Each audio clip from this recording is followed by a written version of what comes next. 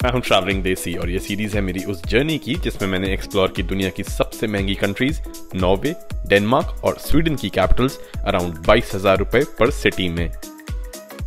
And I happened to overhear them having some conversation which should be kept private by the way, but it was about relationships and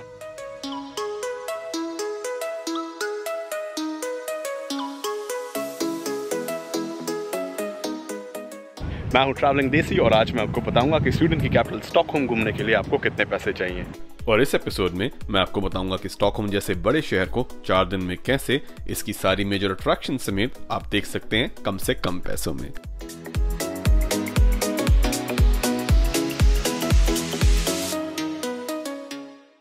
जैसे कि आपने पिछले episode में देखा कि मैंने अपने रुकने के लिए चूज किया था क्रैफोर्ड प्लेस हॉस्टल जो मैंने बुक कराया था hostelworld.com से, जहां मुझे मिला एक बंक बेड सिर्फ 1500 रुपए पर नाइट में, जो मेरा पहला बड़ा खर्चा था.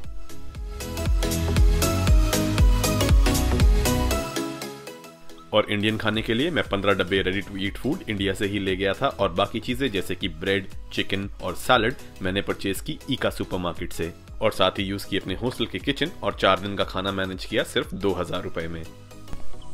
एंड बाय द वे, ये जो पीलर आप देख रहे हैं ये मैं घर से ही लेके आया था क्योंकि हॉस्टल्स में किचन में दुनिया भर का सामान मिल जाता है बट पीलर नहीं. और पब्लिक ट्रांसपोर्ट पास तो मैंने एयरपोर्ट से ही ले लिया था जो मुझे पड़ा था 3 दिनों के लिए 2000 रुपए में. तो बाकी बचे पैसों के साथ शुरुआत करते हैं स्टॉकहोम एक्सपीरियंस करने की. और अगर स्टॉकहोम में पहला पूरा दिन और आज मैं जा रहा हूँ सिटी एक्सप्लोर करने. सुबह के बजे हैं 9, 8 बजे उठ के नहा धो के मैं रेडी हो जाता हूँ. 9 बजे इसलिए क्योंकि मैक्सिमम मेजर अट्रैक्शंस, म्यूजियम्स और पैलेसेस 9 से 5 खुलते हैं और स्पेशली समर्स में दिन बढ़ते बढ़ते सड़कों पे भीड़ और मॉन्यूमेंट्स और टूर्स के बाहर लाइंस लंबी होती जाती हैं.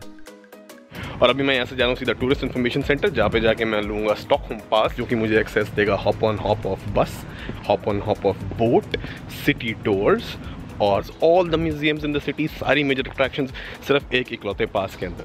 ये सिटी पास आपको मिल जाते हैं टूरिस्ट इन्फॉर्मेशन सेंटर में जो कि मोस्टली सेंट्रल स्टेशन में या फिर उसके आसपास होते हैं. और यहाँ के फ्रेंडली स्टाफ से आप सिटी के बारे में या फिर सिटी के पैकेजेस के बारे में कुछ भी जान सकते हैं. और मैंने यहाँ से खरीदा 72 आवर्स यानी कि 3 डे पास और वो मुझे पड़ा 7200 रुपीज का.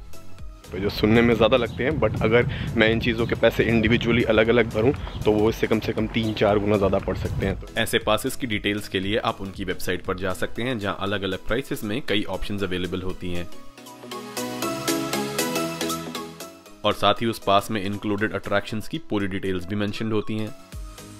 जैसे फॉर एग्जांपल इस पास में 60 अट्रैक्शंस इंक्लूडेड थी बट वो आपके ऊपर होता है कि प्रोवाइडेड टाइम फ्रेम में आप कितनी देख सकते हैं. और अगर आपके पास टाइम कम हो या फिर आप एक दिन में 1 या 2 अट्रैक्शंस ही देखना चाहते हो तो फिर भी इस वेबसाइट पे जाके आप अलग अलग कैटेगरीज की ऑप्शंस चूज कर सकते हैं और सबके इंडिविजुअल टिकट प्राइसेस जान सकते हैं. और गाइज यकीन मानिए ट्रैवल एजेंट्स यही पैकेजेस और इन्हीं अट्रैक्शंस के टिकट्स आपको अप टू 50% एक्स्ट्रा प्राइस में बेच देते हैं. और स्कैंडिनेविया में अगर आपने सबसे सस्ता खाना खाना है तो आना पड़ेगा 7-Eleven. ये यहाँ का कन्वीनियंस स्टोर है जो कि सबसे पॉपुलर है. यहाँ पे चीप ईट्स मिल जाते हैं और मिल जाते हैं सिम कार्ड्स भी. मैंने कॉमविक का टूरिस्ट प्रीपेड सिम कार्ड लिया जो मुझे 1 GB डेटा पैक के साथ पड़ा 700 रुपए में. बिना किसी आईडी के सिम कार्ड मिल जाता है और typical coupon based data recharge system होता है. और चीप ईट्स का यहाँ मतलब है कि एक छोटा सा चिकन हॉट डॉग मिलेगा 250 रुपए में. But other than that burger king की जूनियर मील 300 रुपए, सबवे का सब ऑफ द डे 350 रुपए. और प्रेस बीरो जो कि 7-Eleven की तरह एक और स्टोर है जहाँ पे सामान थोड़ा सा सस्ता मिल जाता है बट यहीं से ज्यादातर लोग अपनी कॉफी और क्रोज़ॉन लेके अपने दिन की शुरुआत करते हैं. बट गाइस कन्वीनियंस स्टोर के नाम के आगे कन्वीनियंस लगा होता है जिसका मतलब सुपरमार्केट से एटलीस्ट 30% तक महंगे. बट अगर आपको बिल्कुल सस्ते में गुजारा करना है तो मेरी तरह इंडिया से देसी खाना लाना पड़ेगा क्योंकि अगर आपने यहाँ पे किसी सेंट्रल मेजर रेस्टोरेंट में कोई मील खानी है तो वो आपको कम से कम 2000 रुपए पर पर्सन पड़ेगी.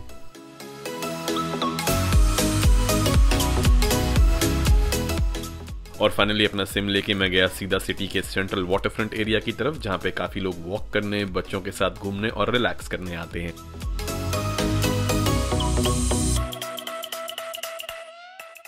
और खूबसूरत वाटरफ्रंट स्टॉकहोम में हर जगह मौजूद है क्योंकि स्टॉकहोम एक आर्किपेलागो है यानी कि बहुत से आइलैंड्स की एक कलेक्शन.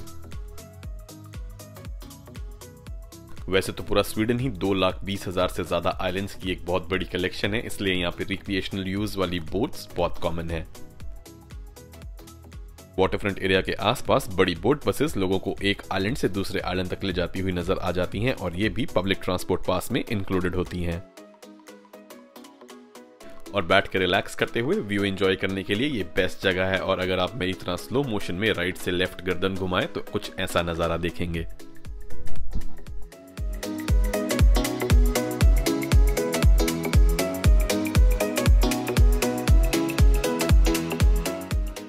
जब भी मैं यूरोप आता हूँ यहाँ की एक सबसे खास बात यह है कि ये बहुत साफ़ है, खास करके स्कैंडिनेविया। यहाँ सफाई का बहुत ध्यान रखते हैं लोग, स्पेशली रिसाइकलिंग का। यहाँ पे पानी की 1.5 लीटर की बोतल है तकरीबन 80 रुपए की, मगर अगर आप पानी पी के एक खाली बोतल वापस करेंगे तो 16 रुपये वापस मिल जाएंगे। और इफेक्टिव रिसाइकलिंग और वेस्ट मैनेजमेंट का इफेक्ट हर जगह दिखता है और यहाँ पे कचरा आप चाह के भी नहीं ढूंढ सकते।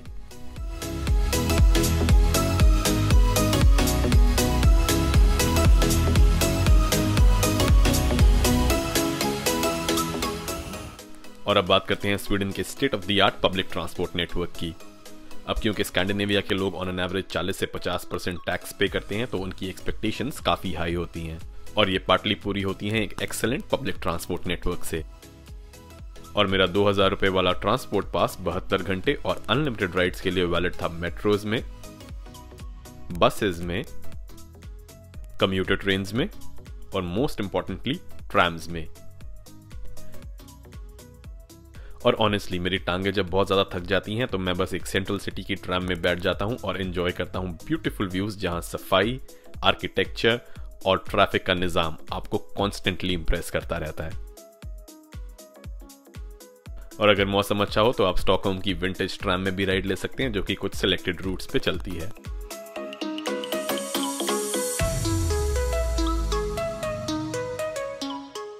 और एक और ऑप्शन है सिटी बाइक्स जो आप यूज कर सकते हैं 3 दिन के लिए 1200 रुपए में।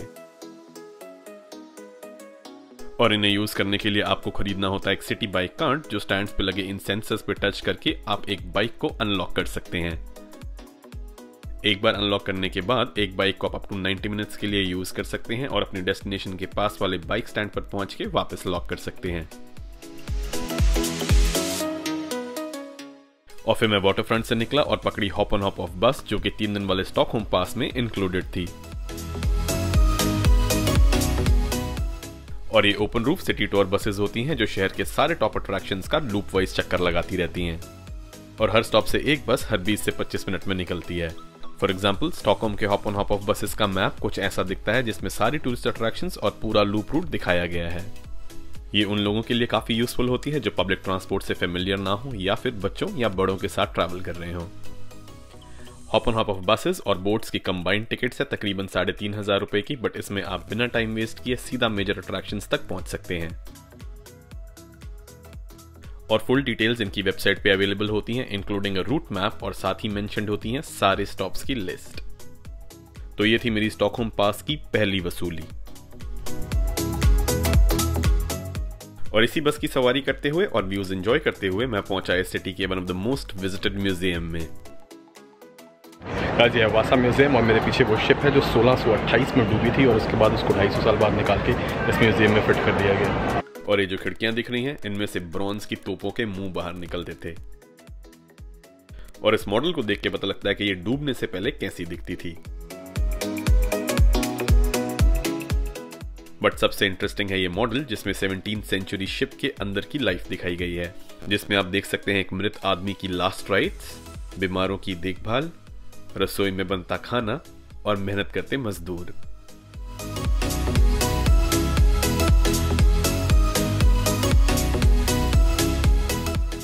और क्योंकि ये म्यूजियम नदी किनारे है तो यहाँ से मैंने पकड़ी hop on hop off boat जो बस की तरह ही काम करती है और इसे एंजॉय कर सकते हैं आप इंटरनल सिटी के अमेजिंग व्यूज।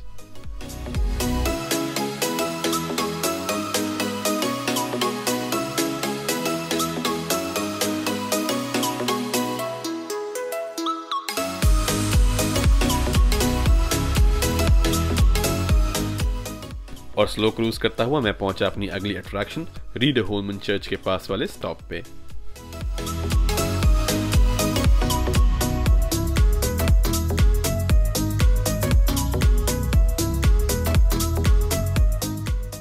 इस चर्च के कुछ हिस्से 13वीं सेंचुरी तक पुराने हैं और ये बेसिकली एक बरियल चर्च है जहां 1632 से लेके 1950 तक के मोनार्क्स के मकबरे हैं। और इस एक दिन में घूमते घूमते मैंने देखे कई नोटेबल लैंडमार्क्स जैसे कि Swedish parliament building, Swedish grand opera और उसके ठीक सामने किंग गुस्ताव II की मूर्ति जिन्हें the lion of the north भी कहा जाता था, बेहद खूबसूरत चर्चेज और मेजर स्क्वायर्स और कई ब्यूटीफुल प्रोमेनाड्स। और इस सिटी में ऐसे बहुत सारे पेडेस्ट्रियन जोन्स हैं जहाँ पे बहुत सारे लोग आते हैं खाना खाने, रिलैक्स करने, शॉपिंग करने, बच्चों को टहलाने। और इसी पेडेस्ट्रियन जोन से होता हुआ मैं पहुंचा अपने हॉस्टल, खाना खाया और सो गया। स्टॉकहोम में दूसरी सुबह और मैं ब्रेकफास्ट बनाया। वही अपना देसी खाना गर्म करके और खा के मैं 9 बजे निकला अपने सिटी पास की रिकवरी करने के लिए और पहुंचा सीधा सिटी हॉल, जिसके सामने से सुबह की पहली पैलेस टूर वाली बोट चलनी थी। और बोट राइड थी तकरीबन 1 घंटे की और ये इंटरनल सिटी की बजाय मेन रिवर में काफी तेज चलने वाली बोट थी, but views were nothing short of awesome.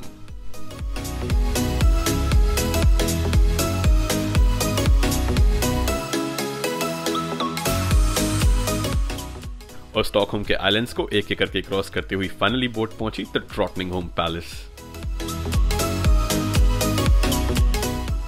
England की तरह नॉर्वे, डेनमार्क और स्वीडन तीनों कॉन्स्टिट्यूशनल मोनार्कीज हैं और तीनों की रॉयल फैमिलीज रॉयल पैलेसेस में रहती हैं। यहाँ का जो मेन रॉयल पैलेस है वो अब एक म्यूजियम में कन्वर्ट कर दिया गया है, बट इस पैलेस में फिलहाल करंट रॉयल फैमिली रहती है और यहाँ पे रॉयल गार्ड्स भी पहरा देते हैं। मजे की बात यह है कि इस पैलेस में एक भी ऐसा कोना नहीं है जो सजा ना हो।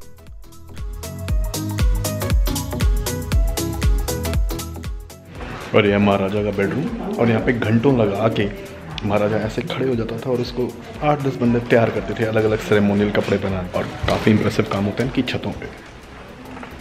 और क्योंकि यूरोपियन मोनार्क्स ये दर्शाते थे कि उनको रूल करने के लिए कुदरत की तरफ से भेजा गया है, इसलिए वो अपनी विक्ट्रीज को एक डिवाइन एंगल देते हुए अपनी इन पेंटिंग्स में एक होली कनेक्शन का इंप्रेशन देते थे। और इस पैलेस में रोमन मूर्तियों से लेके चाइनीज आर्ट, वुडन कार्विंग से लेके एक रॉयल लाइब्रेरी तक सब कुछ है।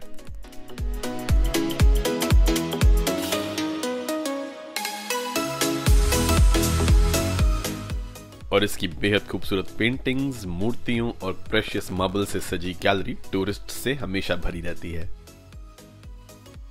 और किंग और क्वीन इसी पैलेस में रहते हैं।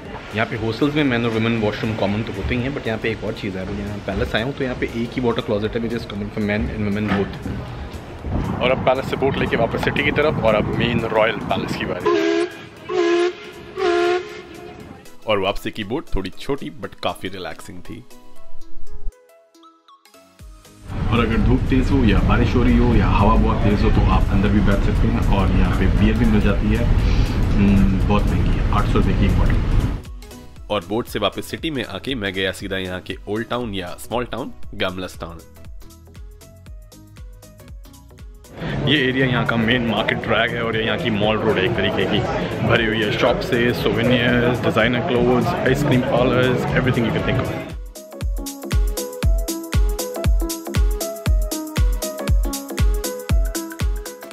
और मेन स्ट्रीट्स के अलावा यहाँ पे छोटी छोटी गलियाँ, और ये इतनी नैरो इसलिए क्योंकि यहाँ पे जिस टाइम ये बनाई गई थी उस टाइम पे गाड़ियाँ नहीं टांगे चला करते थे। और यहाँ रेस्टोरेंट में पिज्जा है अराउंड 1000 रुपए में, न्यूटेला वाला डोसा यानी कि क्रेप्स 500 रुपए में, और एक आइसक्रीम पार्लर में 3 स्कूप आइसक्रीम ऑन अ कोन 500 रुपए। और ये है गैमलेस टाउन का मेन सेंट्रल स्क्वायर और इसका हाईलाइट है ये फाउंटेन। यहीं से सन 1252 में स्टॉकहोम शहर की शुरुआत हुई थी और ये यूरोप के best preserved medieval city centres में से एक है। मैंने खैर यहाँ पे अपनी पानी की बोतल रिफिल कर ली। और बहुत से लोगों को पता नहीं होगा कि नोबेल प्राइज जो है वो अल्फ्रेड नोबेल के नाम पे रखा गया है, जो कि एक साइंटिस्ट थे, स्टॉकहोम में रहते थे। और ऑब्वियसली अगर आप इतने ब्रिलियंट साइंटिस्ट हो तो आपके पास पैसा भी बहुत होता है, बट उन्होंने अपने मरते टाइम अपने पैसों से एक विल बनाई और नोबेल प्राइज शुरू किया 6 डिफरेंट कैटेगरीज में।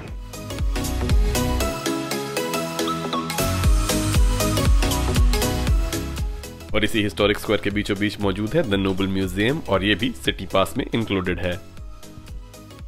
इस म्यूजियम में मौजूद हैं वो डिस्कवरीज और इन्वेंशंस जिन्हें नोबेल प्राइज मिले थे, जैसे कि 1921 की इजाद की गई ये ओरिजिनल इंसुलिन, और एल्फ्रेड फ्लेमिंग की 1945 की पेनिसिलिन। और इस म्यूजियम की सबसे कूल चीज़ों में से एक है ये लटके हुए पैम्फलेट। ये बेसिकली पिक्चर्स और डिटेल्स हैं उन लोगों की जिन्हें पहले दिन से अब तक नोबेल प्राइज मिला है, और ये पूरे म्यूजियम में एक कन्वेयर बेल्ट टाइप सेटअप पे गोल गोल घूमती रहती हैं। और हर साल 6 नोबेल प्राइज स्टॉकहोम के ही सिटी हॉल में दिए जाते हैं, और वो मैं आपको दिखाऊंगा अगले एपिसोड में। Yeah, one night stands, of course, like casual sex or like friends with benefits, or even one night stands for that matter. I mean, how is it taken? Is it like common? It's really common. It's really common. It's really common. Extremely common. और कल क्योंकि मैं मिला था LD से train में और उसको मैंने बताया इन सस्ते टिकट्स के बारे में, तो फाइनली भी मेरे साथ है। और गाइस, मैंने आपकी फीडबैक के हिसाब से ये वीडियो पहले से थोड़ी सी लंबी और थोड़ी सी स्लो बनाई है, और इसमें सिटी के मेजर मॉन्यूमेंट्स और इंपॉर्टेंट डिटेल्स को कवर करते हुए इसको पार्ट्स में डिवाइड कर दिया है। और तकरीबन इतना ही एक एपिसोड में स्टॉकहोम के मेन मॉन्यूमेंट्स और वैल्यूएबल इंफॉर्मेशन के साथ कुछ टाइम में रिलीज करूंगा। और एक सोलो ट्रैवलर ऐसे ही अपनी फोटोज लेता है। और अगर आपको ये वीडियो पसंद आई हो तो hit the like button guys, and obviously for more videos don't forget to hit the subscribe button and the bell icon. और अगले एपिसोड तक के लिए happy travelling and a very good bye from your travelling देसी।